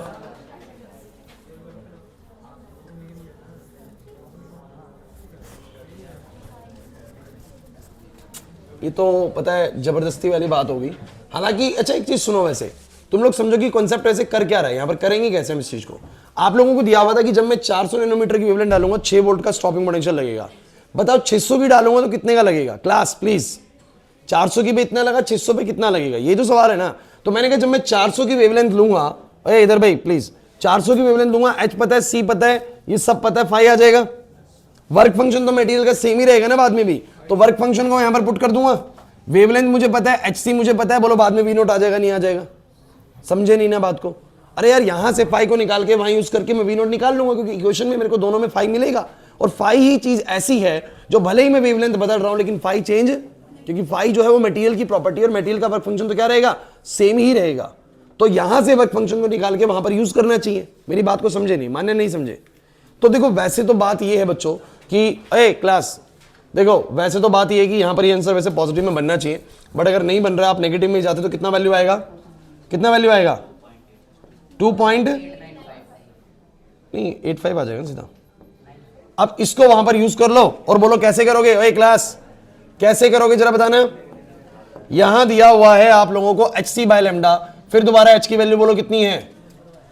4.14 इंटू 10 की पावर -15, 3 इंटू 10 की पावर 8, लेमडा आप लोगों का 600 नैनोमीटर। और यहां पर फाई आपको पता है, ये जो भी आप लोगों ने इलेक्ट्रॉन वोल्ट में निकाला, माइनस का 2.85 और प्लस का ईवी नॉट। तुम्हें वी नॉट निकालना है। अब तुमको सर ईवी नॉट कैसे निकलेगा? अरे यार ये कुछ ना कुछ कैलकुलेशन हो जाएगा इसका। कितना आएगा इसका कैलकुलेशन? मैं कह रहा हूं जो भी नंबर आएगा कुछ ना कुछ नंबर ही आएगा, ध्यान सुनो। और ये वाला माइनस में है, सुनो, तो ये वाला जब इधर आएगा तो जो भी आंसर तुम्हारा आना है वो ईवी में आना है। अरे जो भी तुम्हारा आंसर आएगा फाइनल किस में आएगा? इलेक्ट्रॉन वोल्ट में। तो ई से ई कट जाएगा और हमारा वी नोट का आंसर आ जाएगा फलाना वोल्ट। क्लियर हुआ कि नहीं हुआ? पहले देखो मैं एक बात कह देता हूं, देखो वैल्यूज हो सकता है एग्जाम में थोड़ा बहुत ऊपर नीचे हो जाए, लेकिन तुम मुझे बस ये बताओ कि प्रोसीजर तुम्हें समझ में आ रहा है कि मटेरियल पे गिरने वाली, आदर्श मटेरियल पे गिरने वाली वेवलेंथ चेंज हो सकती है बट मटेरियल का वर्क फंक्शन तो सेम रहेगा। तो जो वर्क फंक्शन यहां से निकलेगा मैं सीधा उसको वहां पर सब्स्टिट्यूट कर सकता हूं। एग्री करते हो कि नहीं करते? और अगर आपको लगता है कि आप लोग इसका डायरेक्ट फॉर्मूला बनाना चाहते हो तो मैं आपको डायरेक्ट भी बता सकता हूं कि कैसे इसको बना सकते हो। तुम लोग बोर्ड पे देखना, पहले वाला बच्चों प्लीज, पहले वाली वेवलेंथ लैम्डा 1 है। और पहले वाली वेवलेंथ कितनी बोलो? लैम्डा 1। ये फाई है। पहले वाला स्टॉपिंग पोटेंशियल वी नोट है। समझ लीजिए, अगर किसी को डाउट लगता है तो मैं आपका एक क्वेश्चन तैयार करता हूं। आशीष, पहले वाली वेवलेंथ बोलो कितनी है? लैम्डा 1। वर्क फंक्शन फाई है और स्टॉपिंग पोटेंशियल बोलो कितना है? वी नोट है। बाद में जैसे ही तुमने वेवलेंथ को करा लैम्डा 2, क्या करा बोलो? क्या वर्क फंक्शन चेंज होगा? क्या वर्क फंक्शन तो फाई ही रहेगा। पंचिका नहीं आ रही बात समझ में? लेकिन हाँ स्टॉपिंग पोटेंशियल जरूर चेंज होगा। बोलो स्टॉपिंग पोटेंशियल क्यों चेंज हो जाता है? अरे सर आपने वेवलेंथ बदल दी तो सर फोटोन की एनर्जी बदल गई, तो ऑब्वियस सी बात है काइनेटिक एनर्जी भी चेंज हुई होगी, स्टॉपिंग पोटेंशियल भी चेंज हुआ होगा। लेकिन क्या चीज सेम रहेगी? Work function. तो मैंने जब लैम्डा 1 ली वेवलेंथ तो मेरा जो स्टॉपिंग पोटेंशियल था वी नोट था, और जब मैंने लैम्डा 2 ली तो बोलो कितना है? बोलो वी नोट डैश। तो मेरे को वी नोट डैश निकालना है। क्लियर होता है कि नहीं होता? अब मैं कैसे निकालूंगा? अरे सिंपल सी बात है, यहां से फाई को निकाल लिया मैंने। कितना है बोलो यहां से phi? H c by lambda 1 minus में ईवी नॉट, उसको यहां पर पुट कर दिया, करो यहां पर पुट, करो यहां पर पुट, बोलो कितना, h c by lambda 1 minus का ईवी नॉट प्लस का ईवी नॉट डैश, बोलो कितना आएगा, बोलो कितना आएगा, इन दोनों को एक तरफ कर लो, एच सी बाहर 1 बाय लैम्डा 2 माइनस में 1 बाय लैम्डा 1 प्लस का ईवी नॉट बराबर कितना, कुछ कह रहे पता नहीं कैसे करना है, अरे यार हो गया अब तो, ये अब तो हो गया, पता कैसे, एच की वैल्यू तुम जानते हो कि इलेक्ट्रॉन वोल्ट में, सी तुम जानते हो, लैम्डा 2 तुम जानते हो, लैम्डा 1 तुम जानते हो, इसको तुम जानते हो 6 इलेक्ट्रॉन वोल्ट है, तो ये आ जाएगा मेरा 6 इलेक्ट्रॉन वोल्ट, है ना, और ये मेरा ईवी नॉट डैश है, और आपको पता है जब तुम इसको भी पूरे को सॉल्व करोगे, क्योंकि तुमने एच का यूनिट इलेक्ट्रॉन वोल्ट में लिया है, तो यहां भी जो नंबर आएगा वो किसमें आएगा, इलेक्ट्रॉन वोल्ट में, सम इलेक्ट्रॉन वोल्ट प्लस सम इलेक्ट्रॉन वोल्ट आएगा, ई से ई कट जाएगा, वी नॉट आ जाएगा, नहीं आया ना समझ में। तो ये क्वेश्चन मुश्किल नहीं है, वो वैल्यू थोड़ा सा हम लोगों को ना ऐसा दिख गया जो नेगेटिव नहीं बनना चाहिए था, वैसे लॉजिकली नेगेटिव नहीं होना चाहिए, बट यहां आ रहा है, समझ आ रहा है कि नहीं आ रहा, तो इसका आंसर अगर देखना भी चाहो तो ये तो कुछ और ही पढ़ाना है।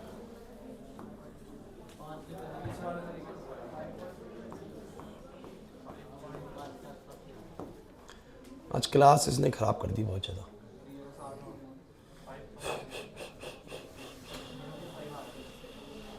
वही प्रोसीजर है यार, देखो तो सही, वही तो है, समझ रहे हो, h c by lambda 1 lambda 2 और वही सब तो बन रहा है, नहीं बन रहा, कर पाओगे या नहीं कर पाओगे, कनिष्का नहीं हो पाएगा भाई, एक सिंपल सी बात है, क्लास प्लीज इस क्वेश्चन को अगर तुम ढंग से देख रहे हो, अनुराग क्वेश्चन को ढंग से देख रहे हो, तो पहले जब 400 नैनोमीटर लिया तब कुछ स्टॉपिंग पोटेंशियल है, ऑब्वियस सी बात है, तुमने 600 करा तो फोटोन की एनर्जी बदल गई, तो स्टॉपिंग पोटेंशियल अलग ही चाहिए होगा, लेकिन एक चीज कॉमन रही होगी दोनों केसेस में, दैट इज वर्क फंक्शन।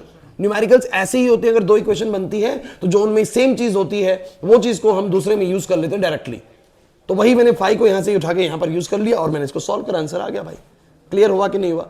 अच्छा, एच का इलेक्ट्रॉन वोल्ट में देने का फायदा क्या हुआ कि जब मैं एच की ये वाली वैल्यू यूज करूंगा तो मेरा जो एच सी बाय लैम्डा का टोटल कैलकुलेशन आएगा वो सीधा इलेक्ट्रॉन वोल्ट में आएगा, किसमें आएगा बोलो, और मैंने अगर इसकी जूल वाली वैल्यू यूज करी तो मेरा h c by lambda solve करने में किसमें आएगा, जूल में आएगा, किसमें आएगा बोलो, तो फिर मेरा जो ईवी नॉट वाला है वो इलेक्ट्रॉन वोल्ट में, जूल में तो गड़बड़ होगा भाई, दोनों को है तो जूल में करो, दोनों को है तो फायदा है उस एच की वैल्यू को याद करने का इलेक्ट्रॉन वोल्ट वाली को, कनेक्ट नहीं आ रही बात समझ में, मुश्किल लगी ये वाली चीज, हो जाएगा बच्चों, क्वेश्चन की वैल्यू थोड़ी गड़बड़ है, आपको कॉन्सेप्ट समझ में आना जरूरी है।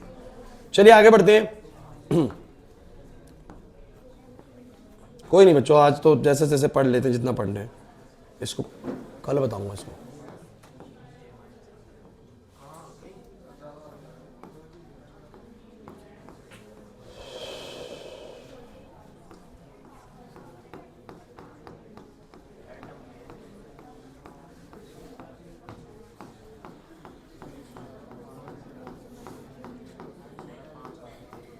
आ जाओ क्लास, नेक्स्ट क्वेश्चन पढ़ के बताना आपको समझ में आ रहा है कि नहीं आ रहा, ये मैंने टेस्ट में भी डाला था वैसे, जो नेक्स्ट क्वेश्चन है ना मेरे को याद आ रहा है, देखना जरा एक बार क्वेश्चन।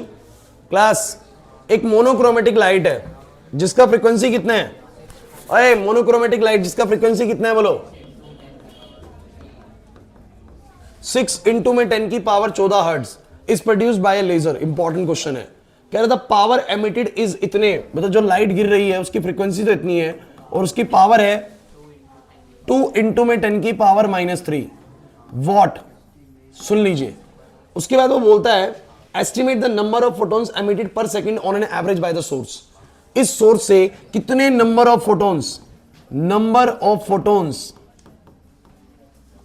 पर सेकंड निकल रहे होंगे। क्वेश्चन क्या है दोबारा सुन लो, एक सोर्स से लाइट आ रही है, क्लास प्लीज, एक सोर्स से लाइट आ रही है, उसकी पावर इतनी है, जैसे पावर होती है ना वॉट में एक बल्ब जल रहा था, उसकी पावर इतनी है और फ्रीक्वेंसी इतनी है, तो कह रहा है कितने number of photons per second निकल रहे हैं। तुम लोग मुझे एक बात बता दो बच्चों, क्या तुम जानते हो कि जो पावर होता है वो एक तरीके से वर्क डन बाय टाइम होता है, यही होता है work done per unit time. अब तुम लोग मुझे बताना कि जो वर्क डन है एक तरीके से वो लाइट कितना कर रही होगी, तो जितने वो फोटॉन्स निकाल रही है, मतलब जितनी एनर्जी वो प्रोड्यूस कर रही है उतना ही बोलो क्या हो रहा होगा, वर्क डन हमेशा एनर्जी के इक्विवेलेंट होता है। और कितनी एनर्जी निकाल रही होगी, बिकॉज हर फोटॉन की एनर्जी h न्यू है, उसके पास n फोटॉन्स हैं, तो बोलूंगा NH न्यू बाई में T बराबर P बोल सकता हूं।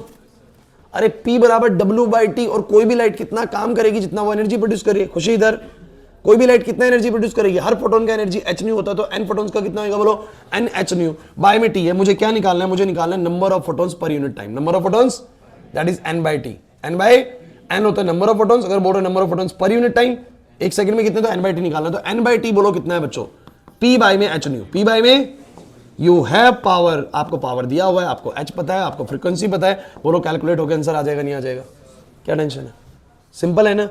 मक्खी परेशान ना तो जल्दी जल्दी हो जाए क्वेश्चन, मक्खी बीच में टेंशन दे रही है बस, समझ में आ रहा है कि नहीं आ रहा। इसके बाद draw a plot showing the variation of photo electric current versus the intensity of the incident radiation on a given photo sensitive surface. ये थोड़ा अच्छा क्वेश्चन है, हम लोगों ने ये वाला ग्राफ पता नहीं कराया कि नहीं करा। ये कहना चाह रहा है कि आपको फोटो इलेक्ट्रिक करंट और इंटेंसिटी के बीच का ग्राफ बनाना है, इंटेंसिटी ऑफ रेडिएशन, ये नहीं करा है बच्चों, मेरी बात सुन लीजिए, लेकिन ये बहुत ही इजी सा ग्राफ है। जब लाइट की इंटेंसिटी जितना बढ़ाओगे उतने ज्यादा फोटॉन्स आएंगे, उतने ज्यादा इलेक्ट्रॉन निकलेंगे, उतना ज्यादा करंट बढ़ेगा। तो डायरेक्ट रिलेशन हुआ कि नहीं हुआ, क्लियर नहीं हो रहा सर। अरे यार तुमने 60 वोट का बल्ब लिया, फिर 100 वोट का लिया, फिर 150 वोट का लिया, तो क्या बढ़ रहे हैं, फोटॉन्स बढ़ रहे हैं, फोटॉन्स बढ़ रहे हैं तो क्या निकल रहे हैं, ज्यादा इलेक्ट्रॉन्स निकल रहे हैं, ज्यादा इलेक्ट्रॉन में ज्यादा करंट, मतलब कैसा रिलेशन है, बिल्कुल डायरेक्ट। इंटेंसिटी जीरो है तो करंट भी जीरो है, जैसे जैसे इंटेंसिटी बढ़ाओगे करंट भी बढ़ेगा। क्लियर हुआ या नहीं हुआ, सिंपल डायरेक्ट रिलेशन होता है और कुछ नहीं है। चलिए उसके बाद क्वेश्चन बड़ा अच्छा सा है, कह रहा है कि लाइट ऑफ वेवलेंथ, चलिए मक्खी थोड़ा शांत हो गई है, खाने पीने चलिए कुछ। लाइट ऑफ वेवलेंथ 2000 एंगस्ट्रॉम, चलो बोर्ड पे, जब तक नहीं आ रही जल्दी कर लेते हैं। 2000 इंटू में 10 की पावर -10 मीटर, 2000 एंगस्ट्रॉम की लाइट है 2000 एंगस्ट्रॉम की। क्या बोलता है, इस incident on a metal surface of a work function, कितना वर्क फंक्शन है, बिल्कुल चुपचाप बोर्ड पे। कह रहा है find the maximum kinetic energy in electron volt of the ejected photo electron, maximum kinetic energy बतानी है। अरे यार इससे निकली क्वेश्चन क्या ही होगा, तुम लोगों को मैक्सिमम काइनेटिक एनर्जी बतानी है, फाई तुम्हें दिया हुआ है और तुम्हें लाइट की वेवलेंथ दी हुई है। तुम लोग क्या जानते हो, E बराबर में क्या होता है।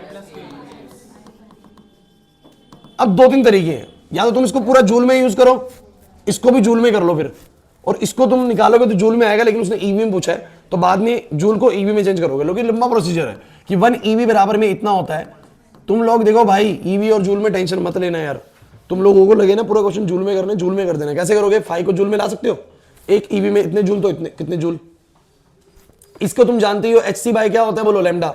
वेवलेंथ तुम लोग मीटर में यूज करो, एच तुम्हारे को पता है 6.626 जूल वाला है, सी तुम्हें पता है, सॉल्व करोगे ये भी जूल में, ये भी जूल में, काइनेटिक एनर्जी भी जूल में, और बाद में जूल को इलेक्ट्रॉन वोल्ट कर सकते हैं। लेकिन मैं आपको कह रहा हूं कि यार क्यों इतना टेंशन लेना, अगर तुम सीधा सारा क्वेश्चन ही इलेक्ट्रॉन वोल्ट में कर सकते हो तो तुम लोग क्या करो, तुम्हें पता है ये कितना है बोलो, 4.2 इलेक्ट्रॉन वोल्ट, तो क्यों ना मैं इसको इलेक्ट्रॉन वोल्ट में कर लूं, और इसके लिए मुझे बस एच की कौन सी वैल्यू यूज करनी वाली है, इलेक्ट्रॉन वोल्ट वाली, तो मैं कौन सी यूज करूंगा बोलो, क्योंकि मैं जानता हूं कि ये तो होता है एच सी बाय लैम्डा। आ चुकी है फिर से, क्या है बोलो, एच सी बाय लैम्डा, तो मैं बोलूंगा एच की वैल्यू यूज करी 4.414, 10 की पावर -15, 3 इंटू में 10 की पावर 8 डिवाइड बाय में वेवलेंथ बोलो कितना, 2000 इंटू 10 की पावर -10। बच्चों मैं बार बार एक बात तुमसे कह रहा हूं, एच की वैल्यू मत सोचना कि सर पहले तो आप 6.626 इंटू 10 की पावर -34 लिखवाते थे। भाई जब मैं वो लिखवाता था तब ये आंसर जूल में आता, और जब मैं ये वाली लिखवा रहा हूं तब आंसर किस में आएगा, इलेक्ट्रॉन वोल्ट में।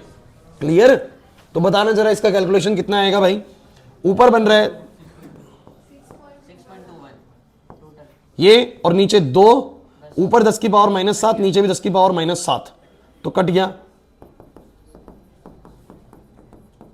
जो कि कितना बना, ये कितना बना था 6.21। आपकी सही आंसर आया ना, देखो 6.2 इलेक्ट्रॉन वोल्ट और 4.2 इलेक्ट्रॉन वोल्ट और काइनेटिक एनर्जी। अरे ये यूनिट होती है, इससे कोई टेंशन मत लेना, ईवी बार बार लिख रहा हूं मैं। तो काइनेटिक एनर्जी कितनी आ गई बोलो, 2.01 इलेक्ट्रॉन वोल्ट का काइनेटिक एनर्जी आ गया। ये क्वेश्चन बच्चों बहुत सिंपल है, हो जाएंगे पेपर के अंदर। और देखो इस बार सही आंसर आया बिल्कुल, वो पिछले क्वेश्चन में कुछ गड़बड़ था कि हमारा आंसर माइनस में आ रहा था, अदरवाइज वो प्लस में आता, सीधा वहां पर पुट करते आंसर निकल जाता। क्लियर है, चलो इधर सुनो भाई, आगे सुनो। If the intensity of the light is double, find the change in stopping potential. बढ़िया क्वेश्चन है। अगर तुम लाइट की इंटेंसिटी बढ़ाओगे तो स्टॉपिंग पोटेंशियल पे क्या असर पड़ेगा। तुम लाइट की इंटेंसिटी बढ़ा रहे हो, दिमाग ऐसे सोचा करो, ऐसे नहीं जल्दबाजी कुछ नहीं है। इंटेंसिटी बढ़ाओगे तो फोटॉन्स बढ़ेंगे, फोटॉन्स की एनर्जी तो नहीं बढ़ेगी ना। फोटॉन्स की एनर्जी कब बदलती है, जब फ्रीक्वेंसी बदलती है। तुम इंटेंसिटी बढ़ा रहे हो तो ज्यादा फोटॉन्स आएंगे, लेकिन फोटॉन्स अभी भी उतनी एनर्जी वाले आएंगे। 60 वोट का रेड, 100 वोट का रेड, 150 वोट का रेड, इंटेंसिटी बढ़ रहा है, बट फोटोन अभी भी उतनी एनर्जी वाला है। तो फोटोन अगर उतनी एनर्जी वाला है तो अभी भी इलेक्ट्रॉन्स उतनी ही काइनेटिक एनर्जी वाले आ रहे होंगे, तो स्टॉपिंग पोटेंशियल सेम रहेगा। क्या रहेगा बोलो, तुम इंटेंसिटी कर दो डबल, स्टॉपिंग पोटेंशियल में कोई भी चेंज नहीं होगा। अब बताओ ऐसा क्वेश्चन आएगा तो 3 नंबर तुम नहीं उठा पाओगे, फ्री के 3 नंबर होते हैं ये, और यहां भी नंबर नहीं उठेंगे बच्चों, फिर आप बिल्कुल भी तैयारी नहीं करके जा रहे हो। सिंपल सा एक फंडा है। अब चलो बोर्ड पे क्लास। अब कहता है कि एक ग्राफ ड्रॉ करो जिसमें आपको फोटो इलेक्ट्रिक करंट और इंटेंसिटी का बनाना है। अभी बनाया था, इंटेंसिटी बढ़ेगी, फोटो इलेक्ट्रिक करंट भी बढ़ेगा।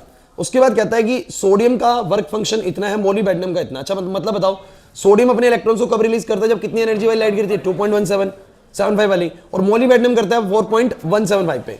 कह रहे कि इनमें से कौन सा मटेरियल ऐसा है जो फोटो इलेक्ट्रिक एमिशन दे जाएगा, मतलब नहीं देगा, जब उसके ऊपर कौन सी लाइट गिराई जाएगी जिसकी वेवलेंथ 3300 एंगस्ट्रॉम है। कितनी बोलो? तो क्लास 3300 एंगस्ट्रॉम वाली लाइट को हम गिरा रहे हैं, यानी 3300 गुना में 10 की पावर -10 मीटर वाली वेवलेंथ को गिरा रहे हैं। कह रहा है कि बताइए इनमें से कौन सा मेटल एमिशन नहीं करेगा। अरे भाई तुम रेडिएशन की एनर्जी निकाल लो, रेडिएशन की hc/λ से, और तुम्हारे को जो एनर्जी आएगी अगर वो वर्क फंक्शन से ज्यादा है तो वो निकाल देगी इलेक्ट्रॉन को, और वर्क फंक्शन से कम है तो सिंपल है भाई। तो क्या ही इस क्वेश्चन में दम था? तो बोलो क्या बोलोगे? E बराबर क्या? क्योंकि बच्चों मेरे को वर्क फंक्शन इलेक्ट्रॉन वोल्ट में दिया है तो मेरे लिए बेहतर रहेगा मैं इसको सीधा किसमें निकाल लूं? इलेक्ट्रॉन।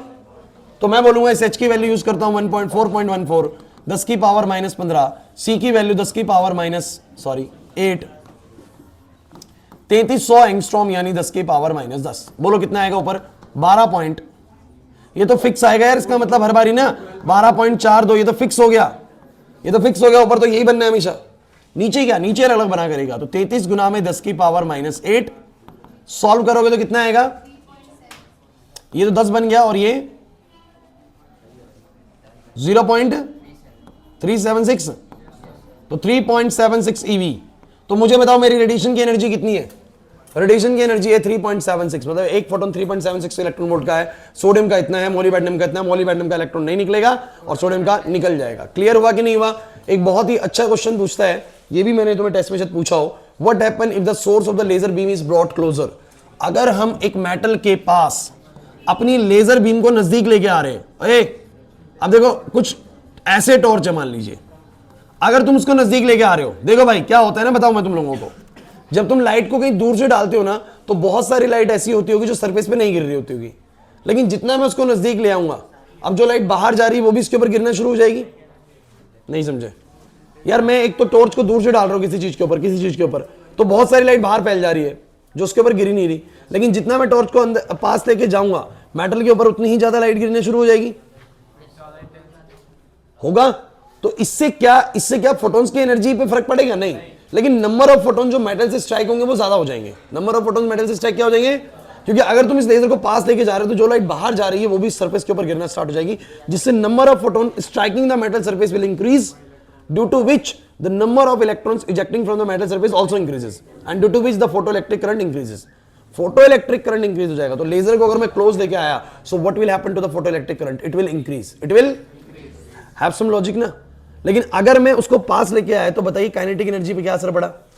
कुछ भी नहीं पड़ा, क्योंकि पास लाने से फोटॉन्स की संख्या बढ़ी, फोटॉन्स की एनर्जी नहीं बढ़ी, तो काइनेटिक एनर्जी पे असर नहीं पड़ेगा। स्टॉपिंग पोटेंशियल पे क्या असर पड़ेगा? कुछ नहीं, क्योंकि स्टॉपिंग पोटेंशियल तो काइनेटिक एनर्जी पे डिपेंड करेगा ना।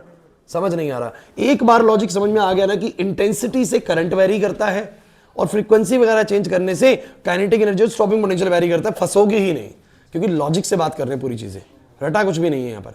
समझ में आ गई बात? इसके बाद क्या बोलता है? चलिए क्वेश्चन आप लोगों का पीछे इसका आंसर गलत दिया हुआ है, पिछले साल भी हम ये क्वेश्चन कर रहे थे, लेकिन इसका हमें सोचने की जरूरत नहीं है, एक बार पढ़िए अपने आप समझ जाएंगे। एक बीम गिरते मोनोक्रोमेटिक लाइट की गिराते हैं, उसके बाद क्या बोलता है? Is incident on a photosensitive surface, answer the following questions. जल्दी बताइएगा। Do the emitted photo electrons have the same kinetic energy? क्या सभी इलेक्ट्रॉन्स की काइनेटिक एनर्जी सेम होती है? बिल्कुल साफ आंसर नो है सर। पीछे दिया हुआ यस, आप क्या बोलेंगे? नो। अगर सबकी सेम ही होती तो फिर मैक्सिमम शब्द क्यों आता? खत्म यहीं पर कहानी। अगर सबकी सेम ही होती, अगर सबकी सेम ही होती तो फिर मैक्सिमम वाला शब्द ही नहीं आना चाहिए था ना। सेम है तो फिर मैक्सिमम क्या है? सबकी एक जैसी है भाई। तो आप लोगों का मैक्सिमम इसीलिए होता है कि किसी की मैक्सिमम होती है, बाकी सबकी कम होती है।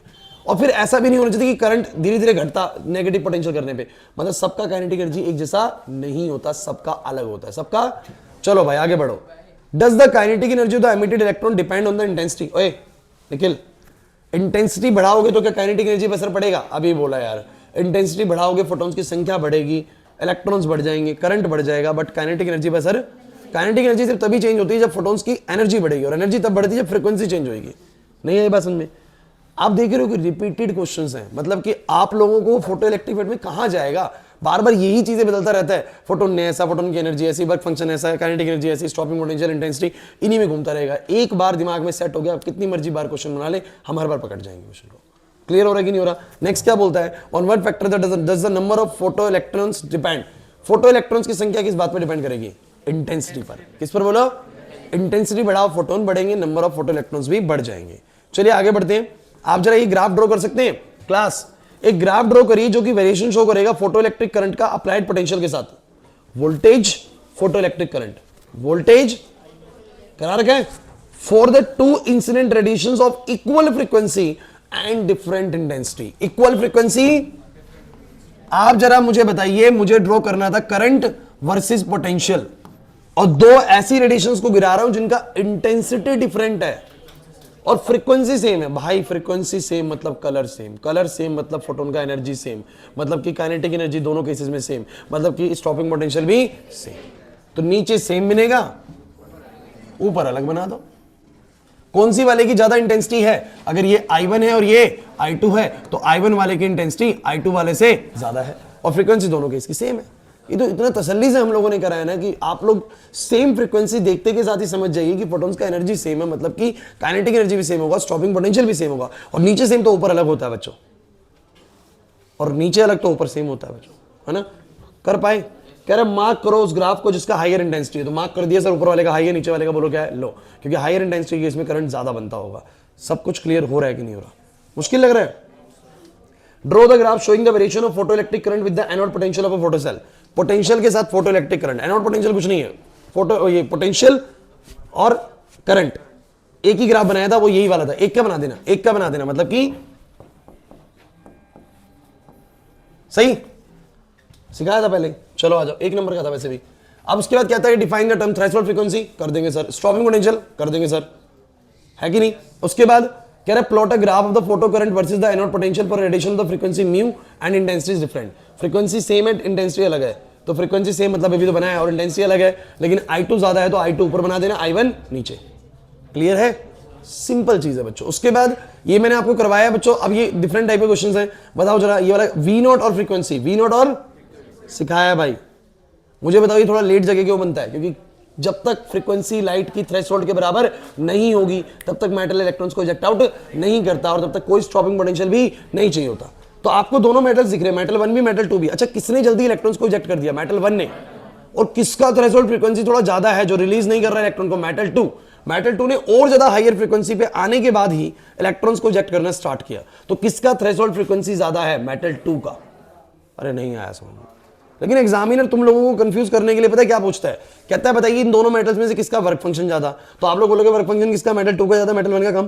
थ्रेशोल्ड फ्रीक्वेंसी मेटल 2 की ज्यादा, मेटल 1 की कम।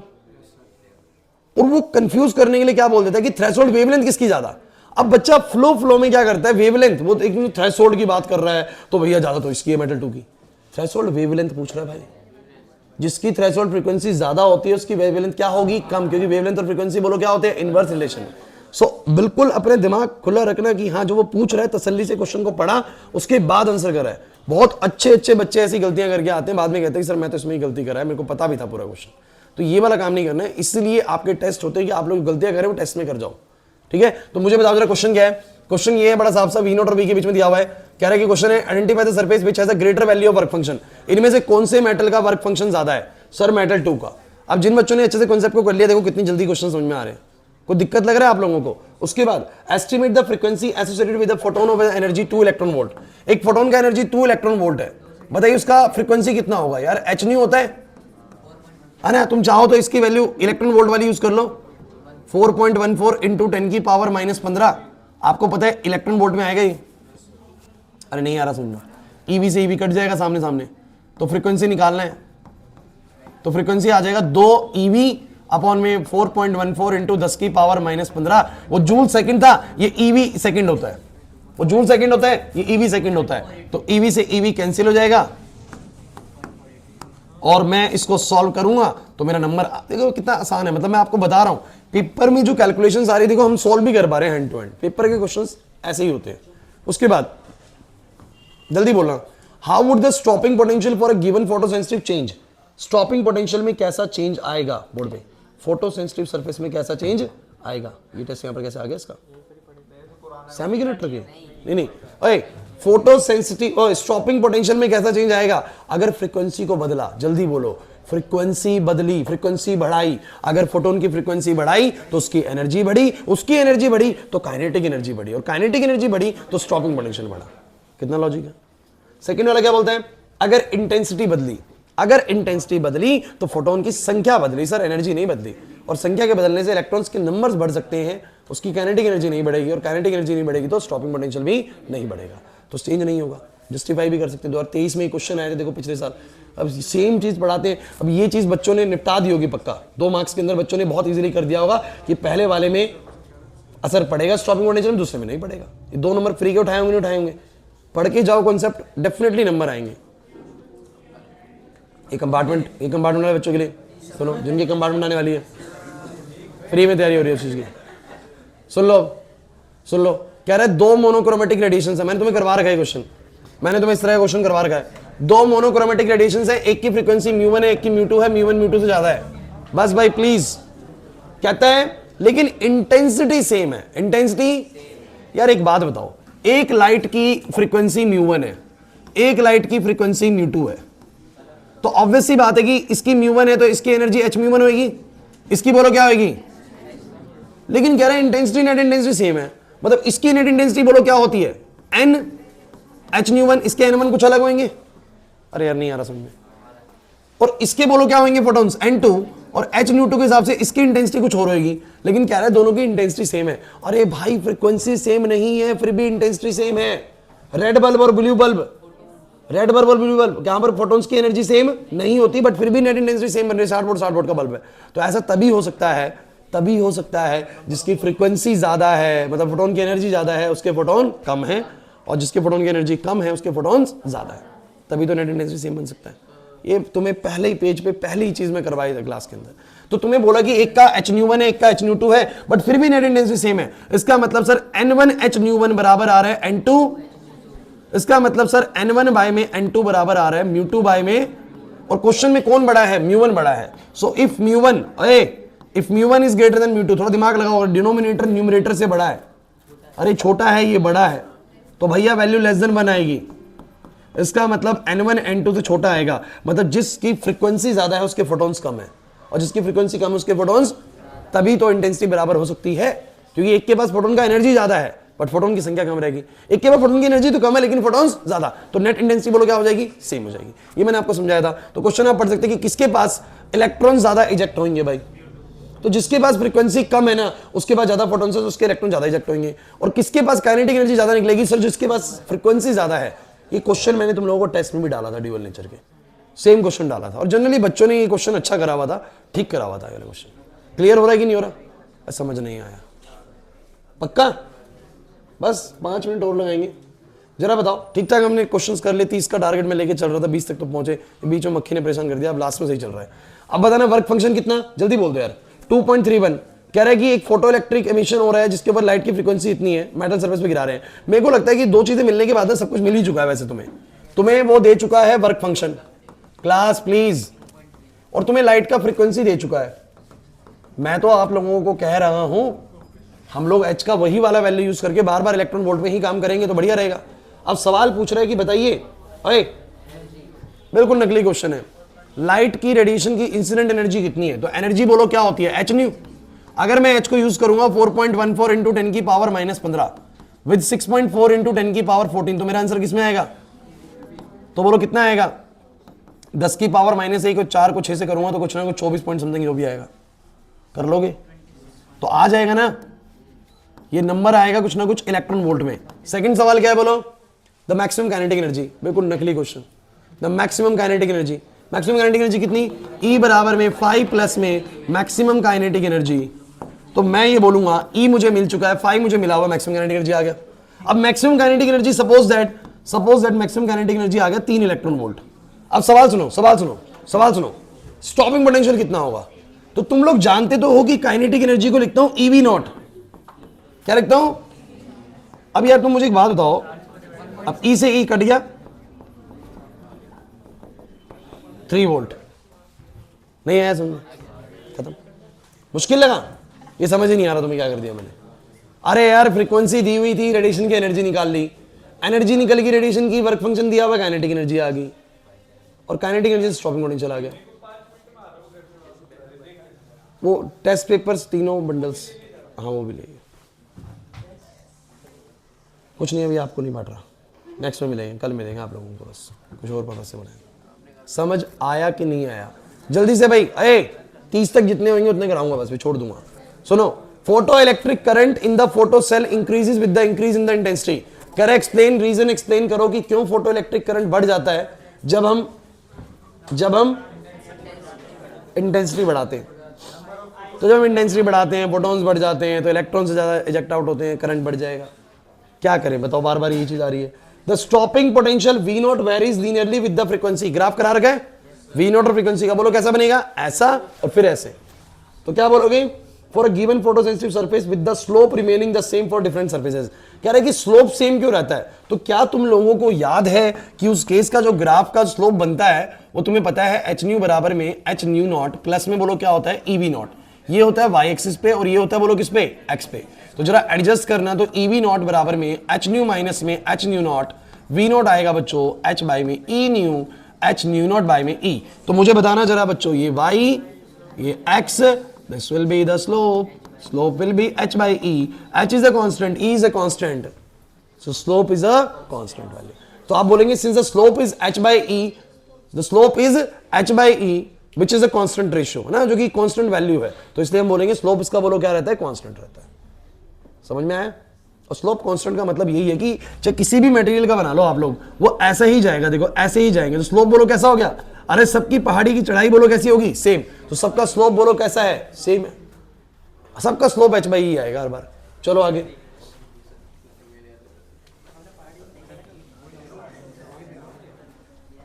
अच्छा बताना, ये तो अभी रिसेंटली आया था कोई क्वेश्चन 17 में दिया हुआ है, मैंने ये देखा है रिसेंटली भी। सुनो चुपचाप से बोर्ड पे, ये आप लोगों को आता है, ये आप लोगों को आता है कि ग्राफ किस चीज का है, ये फोटो इलेक्ट्रिक करंट है, और ये तुम्हारा एक्स पे पहले बोलता है कि बताओ ये एक्स कौन है, तो आप बोलोगे this the potential on the collector plate, या बोल सकते हो एनोड पोटेंशियल है।